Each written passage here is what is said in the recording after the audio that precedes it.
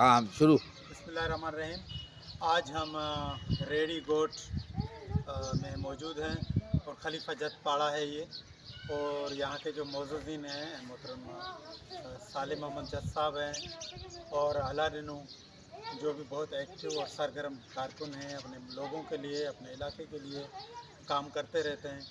सैयद सालिम मोहम्मद का भी बहुत अच्छा एक्सपोजर है और पूरे पाकिस्तान तक घूमे फिरे हैं, बहुत सारी चीज़ों को जानते हैं। आज इंडस अर्थ ट्रस्ट के हवाले से हम यहाँ पर आए हैं विजिट करने, और जिसका मकसद ये है कि ये पार्क जो है इसको बहाल करना, इसको रिहेबिलिटेशन में लेके जाना है।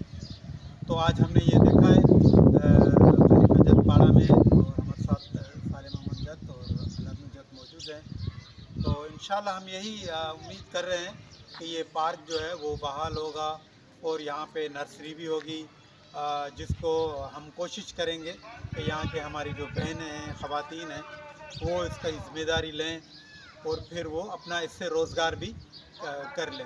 और इंडस अर्थ ट्रस्ट ये पार्क जो है बहाल करके इन लोगों के हवाले कर देगा और उन हमारी बहनों बेटियों के हवाले भी कर देगा, जो अपना इससे रोज़गार भी चलाएँगी और बच्चे यहाँ पर खेलेंगे। सबसे बड़ा जो मकसद है वो ये कि बच्चे यहाँ पर खेलेंगे, अपना बैठेंगे, कचहरी करेंगे।